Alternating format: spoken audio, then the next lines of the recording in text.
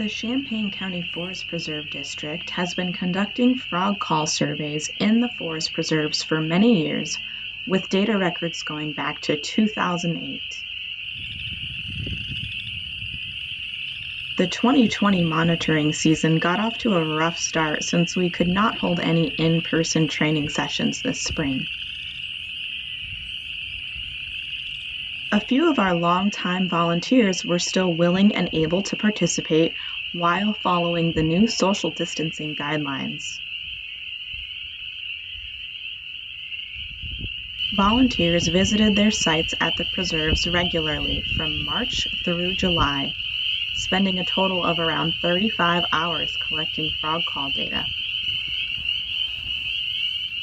11 species were identified, including the western chorus frog, the spring peeper, the American toad, gray tree frogs, and the cricket frog.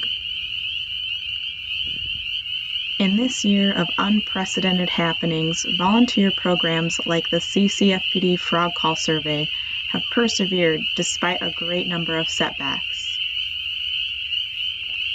We thank all who have contributed this year and in previous years, and look forward to the day that we can resume providing numerous opportunities to everyone.